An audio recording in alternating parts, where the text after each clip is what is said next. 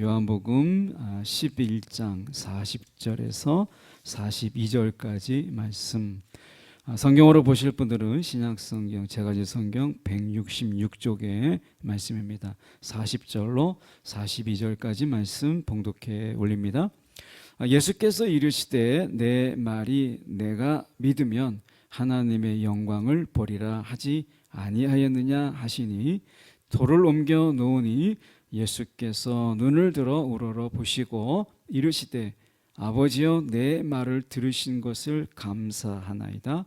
항상 내 말을 들으시는 줄을 내가 알았나이다. 그러나 이 말씀 하옵는 것은 둘러선 무리를 위함이니 곧 아버지께서 나를 보내신 것을 그들로 믿게 하려 함이니이다. 아멘. 오늘 이 말씀 가지고 믿음을 위한 감사 기도라는 제목으로 함께 말씀을 나누길 원합니다. 요한복음 11장 40절은 제가 이 안암동에 있는 한 800명 되는 교회에 담임 서류를 넣어놓고 넣어놓고서 이제 설교를 이제 담임 목사 지원하신 분들이 이제 설교를 하거든요. 그래서 800명이 앉아 있는 거기에서 제가 설교를 하는데, 그 본문이 하나님께서 이 본문을 주셨어요. 그래서 이 본문에 나오잖아요. 40절에 내가 믿으면 하나님의 영광을 보리라. 그래서 한참 막 800명 앉아 있는 곳에서 설교하고 하나님의 본문도 주셨고, 제가 지금까지 사역하면서 새벽에 설교 본문을 주셨을 뿐만 아니라 설교의 내용까지도 다 주신 설교는 이 본문이에요. 그래서 그때 그 안암동에 가서 설교할 때 하나님이 설교문을 주셨어요. 설교를 이렇게 해라. 그래서 하나님이 너무 구체적으로 주셔서 하나님의 영광을 보리라. 야, 이거 내가 되는구나 이렇게 생각을 했어요. 그런데 나중에 떨어졌어요. 그러니까 하나님이 내 말이 내가 믿으면 하나님의 영광을 보리라. 내가 이 교회 담임이 되는 게 맞는데 하나님 왜 떨어집니까? 왜 본문 주시고 설교문을 나에게 주셔서 설교하게 하셨습니까? 근데 제가 오해한 게 뭐냐면, 여기에서 하나님의 영광은 제가 담임이 되는 게 하나님의 영광이 아니었던 거예요. 여기서 요한복음은 마태, 마가, 누가, 요한이 있잖아요. 근데 이 각각에서 말하고 있는 신학이 다르거든요. 근데 요한복음에서 말하고 있는 하나님의 영광이라는 단어는 사도 요한이 아주 특수하게 사용했어요. 구약적에서 구약 신학에서 말하고 있는 하나님의 영광은 하나님의 현현, 하나님의 임재가 이 땅에 임해서 하나님이 우리 가운데 함께 하신다라는 것을 보이시는 거예요. 우리가 셰키나의 영광이 있죠. 그것은 뭐냐면 성막 가운데 하나님의 구름이 가득히 임한 거예요. 하나님은 보이지 않지만 구름은 보이잖아요. 그러니까 하나님의 성막에 하나님의 구름이 가득하니까 사람들이 하나님의 임하심을 본 거죠. 이 하나님의 현현하심을 본 거예요. 그래서 이것을 우리가 셰키나의 영광이라고 이야기해요. 하나님이 그 속에 임하신 거죠. 지진으로, 번개로, 그리고 땅이 흔들림을 통해서 하나님이 임하셨구나라는 것을 알게 하시는 거예요. 이게 하나님의 영광이에요. 또 하나는 무엇이냐면 홍해 바다를 갈라요. 하나님의 어떻게 보면 능력이죠. 하나님의 이 영광이 가장 잘 드러난 게 창세기예요. 하나님이 천지 창조를 하시잖아요. 하나님의 능력이 그대로 보이시죠? 이것을 하나님의 영광이라고 이야기해요. 그런데 요한복음에서는 하나님의 영광이 다르게 사용했어요. 사도 요한은 의도적으로 하나님의 영광을 구약에서 말하고 있는 영광이 아니라 신약계 요한복음에 가지고 있는 하나님의 영광이라고 하는 것은 예수가 하나님의 아들이다, 이것을 드러나는 것, 하나님이 예수가 하나님의 아들이다라고 하는 것을 만천하에 드러나게 하는 것, 이것이 하나님의 영광이에요. 그런데 예수가 하나님의 아들이라는 것을 어떻게 드러내느냐? 그것은 십자가와 부활을 통해서, 이것을 통해서 하나님이 예수가 하나님의 아들이다라고 하는 것을 드러내는 것을 하나님의 영광이라고 이야기하는 거예요.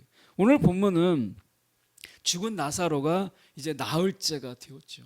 그래서 이미 썩는 냄새가 나요. 그 뜨거운 나라.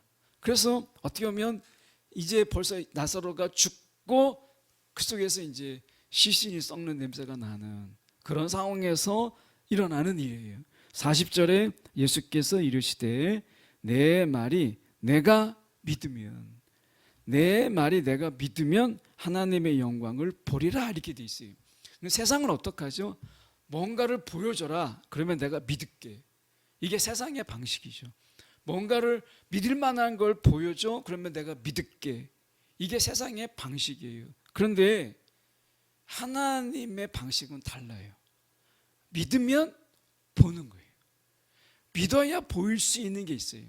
내가 믿지 않으면 볼 수 없는 것들이 있어요. 근데 믿어야 볼 수 있는 것들이 있어요. 그래서 말씀이 세상은 우리가 믿을 만한 것을 보여줘. 네가 보여줘 봐. 그럼 내가 믿을게. 이거잖아요. 제가 믿음이 없을 때 학생 때 하나님을 믿고 싶은데 제가 하나님께 구했던 게 뭐냐면 하나님 제게 믿을 만한 것을 보여주세요. 그러면 제가 믿겠습니다. 이게 세상의 논리였거든요. 근데 제가 하나님께 기도를 그렇게 기도드렸어요. 여러분도 마찬가지일 거예요. 하나님 내가 믿고 싶은데 믿을 만한 것을 내게 주세요. 그러면 내가 믿겠습니다. 라고 하거든요. 그러면 예수님 당시에 수많은 이적과 기적을 베풀고 귀신을 쫓아냈는데 믿는 자가 많지 않았어요. 왜 그럴까요?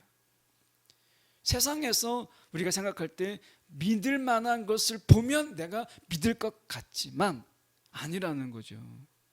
믿어야만 볼 수 있다는 거예요. 그래서 말씀이 지금 내가 믿으면 하나님의 영광을 보리라 이렇게 말씀하시는 거예요. 믿지 않으면 볼 수 없어요. 근데 이 믿음은 어디서 시작되느냐? 말씀해 보면 예수께 이르시되 내 말이 이게 뭔지 믿음은 들음에서 나는 거예요. 들음. 우리가 믿음은 없지만 설교를 듣고 믿음이 없지만 말씀을 보는 거죠. 그러니까 자꾸 말씀의 자리에 서야 내가 믿음이 생기는 거예요. 하나님이 나에게 그 말씀의 자리 속에서 나에게 믿음을 주시는 거예요. 들음으로서 해서 우리가 믿음을 얻는 거니까. 그러니까 내가 난 들어도 모르겠어. 그러면 설교를 점점 멀리하고 말씀을 점점 멀리하면 나중에 들음이 없으면 믿음이 없는 거예요. 내게 믿음이 없어도 자꾸 말씀을 듣고 성경을 읽고 묵상하고 해서 내가 말씀을 가까이 할 때 이 들음에서 믿음이 오는 거예요. 근데 그런 분들 있잖아요. 내가 들어도 모르겠어. 어떻게 알겠어요 금방. 근데 내가 들어도 모르니까 점점 멀리해요. 그러면 믿음은 점점 멀어지는 거예요. 믿음은 들음에서 오는 거예요. 그래서 말씀에 내 말이 내가 믿으면이라고 벌써 말씀하시잖아요. 그러니까 내가 벌써 들어야 돼요. 그러면 믿음이 생기고 그러면 내가 보지 못했던 것을 볼 수 있는 이 길이 열리는 거예요. 말씀이 이렇게 말씀하시잖아요. 하나님의 영광을 보리라. 뭐겠어요? 예수가 그리스도다. 예수가 하나님의 아들이다. 요한복음의 신학에서는 예수가 누구이냐? 하나님의 아들. 이것이 요한복음의 주제예요. 예수는 하나님의 아들이다. 그러니까 이 하나님의 아들됨을 너가 보리라. 이것을 하나님의 영광이라고 이야기한 거예요. 그런데 제가 그 큰 교회에 가서 제가 설교할 때 하나님의 영광, 이것은 무엇이냐면 예수를 드러내는 그런 자의 삶으로 이 강단에 서게 해주십시오. 이렇게 기도했어야 되는데 욕심이 들어선 거죠. 그러니까 하나님의 영광을 보리라라고 하는 이 설교를 하는데도 내가 이 교회 다닙니다. 이렇게 하고 있으니까 하나님이 떨어뜨린 거예요. 본문을 이해하지 못한 거죠. 여러분, 우리가 세상에서 내가 성공하고 돈 많이 벌고 세상에서 막 승승장구하고 막 형통하면 하나님의 영광을 받으실 것 같죠? 아니라는 거예요. 하나님의 영광을 어떻게 드러내는 거냐? 내가 예수 십자가의 삶을 사는 거예요. 십자가의 삶, 십자가를 지는 삶을 사는 거예요.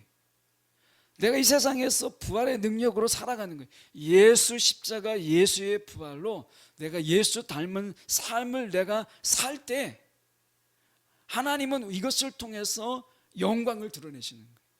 여러분, 우리가 하나님께 영광을 올리는 비결은 내가 높은 지위에 어떤 권력가가 되고 내가 세상에서 제일 잘 나가는, 내가 제일 잘 나가 막 이렇게 하는 게, 이것을 통해서 하나님의 영광을 받으시는 게 아니라는 거예요.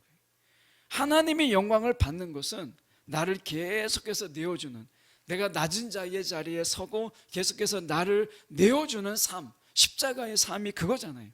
내가 십자가의 삶을 사는 거예요. 나를 부인하는 거예요. 계속해서 나를 부인하고 예수를 인정하는 삶 속에서 내가 살아가는 그 삶, 소망이 없고 절망이 있고 좌절이 있는 곳에 소망이 있음을 알려주고, 소망이 있음을 우리가 드러내며 그들에게 소망을 가지고 살아갈 수 있도록 힘을 주는 이런 삶, 이런 삶을 통해서 하나님이 영광을 받으신다는 거예요.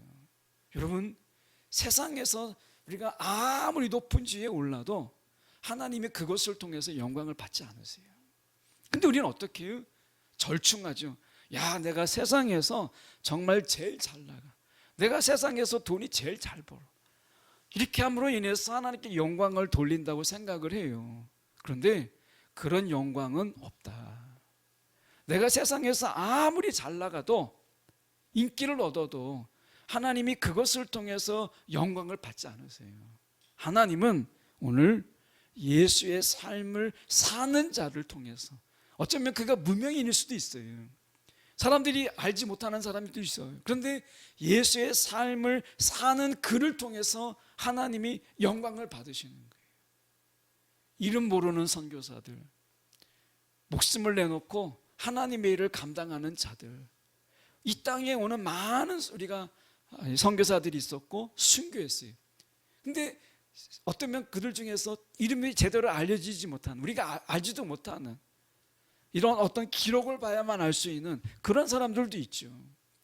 초대의 한국의 선교사들은 거기에서 굉장히 예일대학 나오고 자기가 박사학위 갖고, 그리고 학자의 길에서 초청도 받은 그런 내노랄 만한 사람들도 있었어요.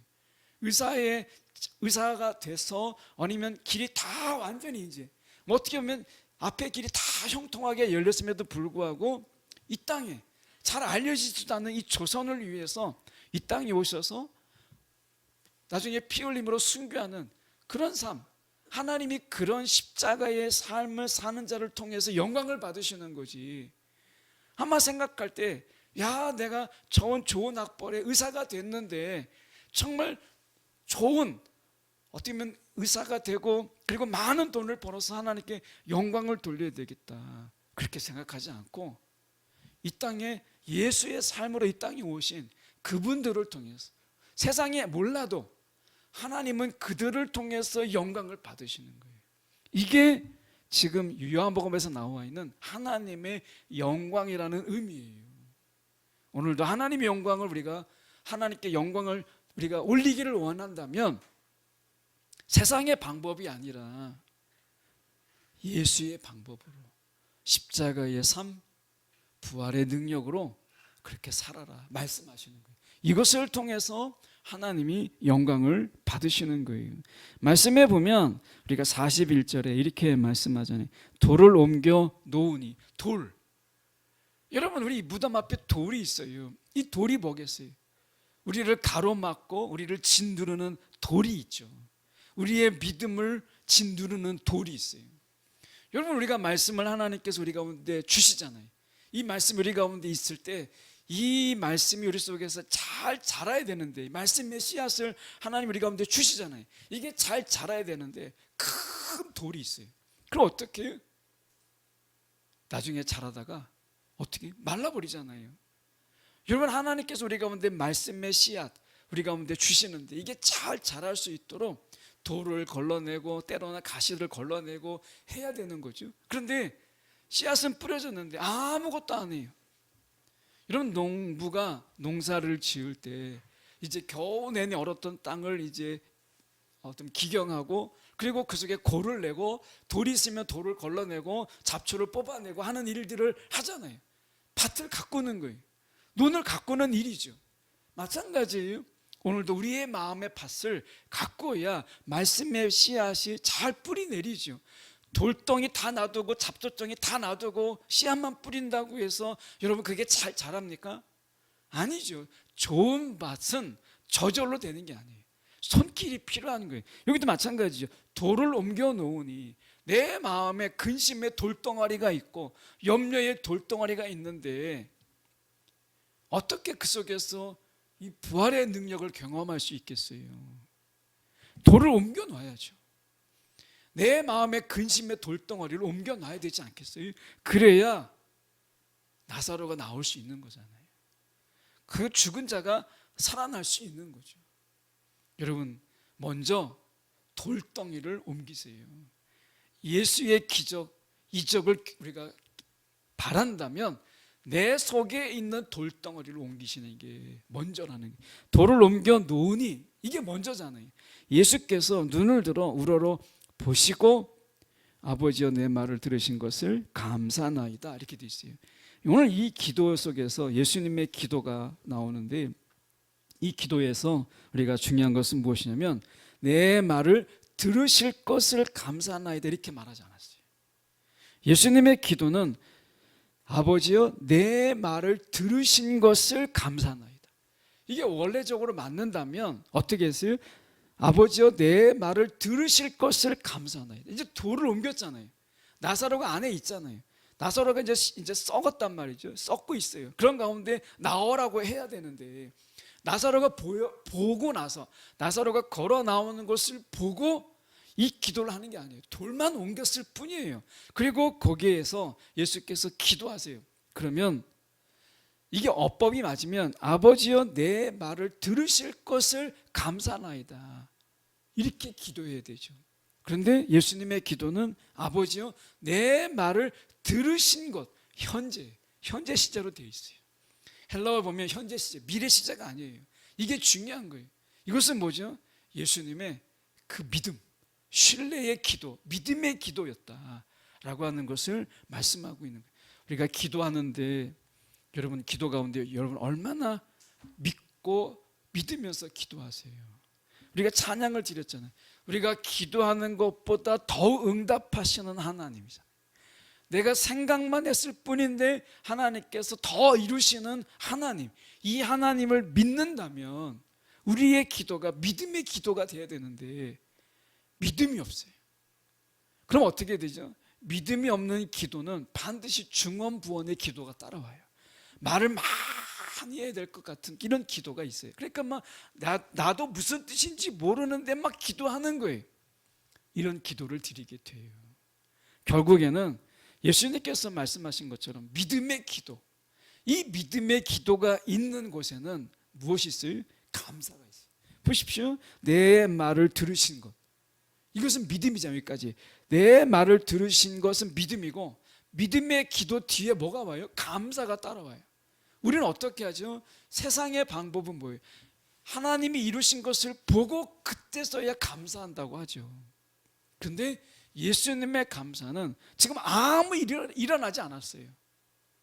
그런데 지금 현재 시제로 기도했고 하나님이 응답하실 것을 알았기 때문에 감사하는 거예요. 여러분, 우리가 어떤 일이 기도에서 기도의 응답이 있어요. 어떤 이적이 일어나고 기적이 일어났어요. 그것을 보고 감사하는 건 누가 못해요? 세상이 강팍해서 그것도 감사하지 못하는 자도 많죠. 그것조차도 감사하지 않고 그냥 우리가 넘기는 자들도 많아요.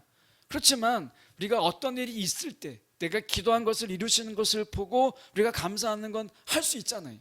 그런데 믿음의 기도는 내가 보지 않고 감사하는 거예요. 예수님의 기도 속의 특징이 우리가 보면 42절에 항상 내 말을 들으신 줄을 내가 알았나이다. 이 주님과의 기도, 우리가 떼쓰고 우리가 어떻게 보면 면벽 기도를 해서 하나님 앞에 매달리는 기도, 이것만 우리가 생각해요. 응답을 받기 위해서 하나님께 막 간절히 매달려야 된다. 근데 예수님의 기도는 그게 아니었어요. 예수님은 매달리고 막 끈기 있게 기도하는 이런 기도 속에서 응답을 받고야만은 기도가 아니라 보면 42절에 항상 내 말을 들으시는 줄을, 이게 뭐죠? 친밀함. 예수님의 이러한 믿음의 기도는 어디에서 왔었느냐? 하나님과의 그 친밀함, 여기에서 있었다라는 거예요. 여러분, 우리가 한번 제가 여쭤볼게요. 여러분, 하나님과 친하세요? 예수님과 정말 친하십니까? 우리가 머뭇거리지 않고 예 할 수 있다면 여러분, 그게 복인 거예요. 내가 예수님과 친한가? 내가 힘들 때, 어려울 때 내가 찾는 그런 주님, 평상시에는 잊고 사는 주님, 평상시에는 생각지도 않고 내가 그분을 내가 그리워하지도 않은데 어떻게 우리가 친밀하다고 말할 수 있겠어요? 우리가 늘 사귐이 있고 어떻게 보면 그분과 가까이 할 때의 친밀함이라고 하는 거거든요. 예수님의 기도의 바탕은 뭐가 있었냐면 항상 내 말을 들으시는 줄, 다시 말하면 하나님과의 친밀함, 이 기도 속에 신뢰가 있는 거고 믿음이 있는 거고 내 기도를 이미 들으신 줄 확신하는 거고 그 속에서 감사가 있는 거죠. 이 항상이라는 말을 우리가 귀 기울여야 돼요. 결국 기도는 내가 아쉬울 때, 그리고 내가 좀 하나님의 능력이 필요할 때 나의 필요에 의해서 기도하는 기도는 항상의 기도가 아니잖아요. 여러분, 가장 힘 있는 기도는 면벽 기도, 하나님의 강청 기도, 떼쓰는 기도가 아니에요. 항상 기도가 제일 무서운 거예요. 여러분, 어느 기도가 가장 힘이 있어요? 내가 하나님 앞에 막 기도 응답을 위해서 매달리는 기도, 그게 힘 있는 기도가 아니에요. 막 내가 한 40일 금식해서 하나님 앞에 막 매달리는 기도가 가장 힘 있는 것 같죠? 아니에요. 가장 힘 있는 기도는 예수님의 기도, 항상 기도하는 그 기도예요. 예수님이 사역하고 나서 다 제자들도 피곤하고 예수님도 피곤해요. 그런데 예수님은 어떻게 했어요? 제자들과 따로 한적한 곳에 가서 기도하셨어요. 가장 늦게 주무셨는데 예수님은 또 새벽 미명에 일어나셔서 습관에 따라 일어나셔서 기도하셨어요. 가장 늦게 주무셨던 예수님이 가장 먼저 일어나셔서 한 게 뭐였어요? 가장 늦은 시간까지 기도하셨고 가장 먼저 일어나서 기도하셨어요. 그때뿐이었어요. 사역의 순간순간마다 오늘처럼 기도하셨잖아요. 항상 기도가 제일 무서운 거예요. 사단이 제일 무서워하는 기도는 이렇게 강청기도, 떼쓰는 기도, 이게 아니에요. 왜 응답받고 나서는 또 하나님 이제 언제 내가 볼까 싶어서 하나님과 상관없는 삶을 살잖아요. 그 무서운 기도가 아니에요. 응답을 받아내기만 하면 그 다음엔 하나님과 상관없는 삶을 사는 그런 삶, 사단이 두려워하지 않죠. 뭘 무서워해요? 항상 하는 기도, 이거 제일 무서운 거예요. 예수님은 항상 내 말을 들으신 줄을 내가 알았나이다. 이 친밀함의 기도가 제일 무서운 거예요. 예수님께서 그래서 이러한 친밀함 속에서 내 말을 들으신 것을 감사하나, 이 기도를 드릴 수 있었던 거예요. 또 하나 우리가 생각해 볼 수 있는 것은 눈을 들어라고 하는 이 부분이에요. 눈을 들어. 여러분, 이 눈을 들어서 우리가 기도하는 이 부분에서 생각해 볼 수 있는 것은 그냥 보는 게 아니에요. 이 들음에서 나오는 이 보면 여기에서 눈을 들어라고 하는 이 부분에서는 하나님을 향하여서 온 마음을 기울여서 바라보는 것을 이야기하는 거예요. 그러니까 예수께서 눈을 들어 우러러 보시고 라고 이야기하잖아요. 하나님을 응시하고 하나님에 집중하고 하는 이것을 이야기하는 거예요. 여러분, 오늘 우리의 마음의 중심이 어디에 있는가 라고 하는 것을 우리가 볼 필요가 있다. 예수님의 이 기도, 이 믿음의 기도는 예수님을 위해서 기도하는 게 아니었어요. 어떤 것이었냐면 42절에 보시면 이렇게 말씀합니다. 보시면 곧 아버지께서, 그러니까 보면 42절에 이 말씀을 하옵는 것은 둘러선 무리를 위함이니 곧 아버지께서 나를 보내신 것을 그들로 믿게 하려 합니다. 예수님의 기도는 믿음을 위한 기도였어요. 믿음을 위한 기도. 그러니까 믿지 않는 자들, 슬픔과 큰 애통 속에 사로잡혀 있는 나사로를 잃은 그런 유가족들과 그리고 그 속에 둘러싼 사람들, 너무나 안 됐잖아요. 불쌍하잖아요. 그 슬픔에 젖어 있는 그런 가운데서 둘러선 많은 사람들. 근데 믿음은 없어요. 그들을 위해서 예수님께서 기도하신 거예요. 믿음의 기도를 한 거죠. 여러분, 우리가 전도라고 하는 부분 속에서 볼 때 밖에 나가서 또는 우리가 아는 사람에게 예수를 전하는 거, 이것도 좋은 전도죠. 근데 예수님께서 기도를 통한 전도를 이야기하고 있어요. 기도를 통해서. 여러분, 골방의 기도, 우리가 골방의 기도를 지으시잖아요. 예수님과 하나님과 깊은 관계를 골방의 기도. 근데 골방의 기도에 때가 있다면 사람들 앞에서 믿음의 기도도 필요해요. 오늘 예수님께서는 이 골방의 기도가 우리 가운데 반드시 필요하지만, 그러나 믿음이 없는 자들 속에서 하나님을 향한 믿음의 기도가 그 둘러싼 사람들에게 얼마나 큰 믿음의 영향력을 줄 수 있는가를 보이셨어요. 예수님의 이 기도를 통해서 그들을 믿게 하시는 기도를 드렸잖아요. 여러분, 혹시 기도의 자리가 골방에 내 기도가 있지만 누구 아픈 사람이 있어요. 또는 하나님께 내가 간구함으로 인해서 하나님의 응답이 그 자리에 있어야 될 기도의 자리가 있다면, 여러분, 그것은 전도의 자리예요. 그리고 믿음이 없는 사람들에게 믿음을 줄 수 있는 귀한 기회예요. 예수님처럼 그 자리 가운데서 기도하시는 거예요. 이것을 통해서 어떻게 해요? 그들로 믿게 하려 함이라. 하나님은 반드시 우리 가운데 이런 기도의 자리를 주세요. 이런 기도의 자리. 다른 사람을 위해서 하나님께서 정말 응답하시게 하시는 것을 다 볼 수 있는 그런 자리. 아픈 사람이 있어요? 그러면 그 사람을 위해서 믿음의 기도를 드리는 거예요.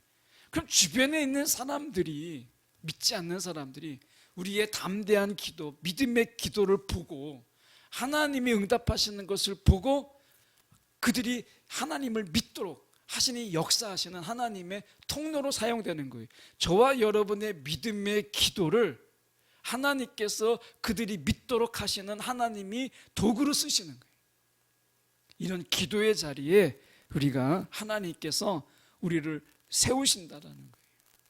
근데 내가 믿음도 없는데 그냥 그런 자리에 있다고 해서 내가 기도한다고 하나님이 역사하는 게 아니라, 여러분, 오늘 주님과 관계 속에서 이 친밀함의 관계, 늘 기도하는 자에게 그런 역사가, 그런 기회가 열리는 거예요. 그래서 말씀에 우리가 보시면 이렇게 말씀하는 거예요. 여러분, 이 믿음의 기도의 목적은 무엇이냐? 소원의 성취가 있지, 이 소원의 성취에 있지 않다라는 거예요.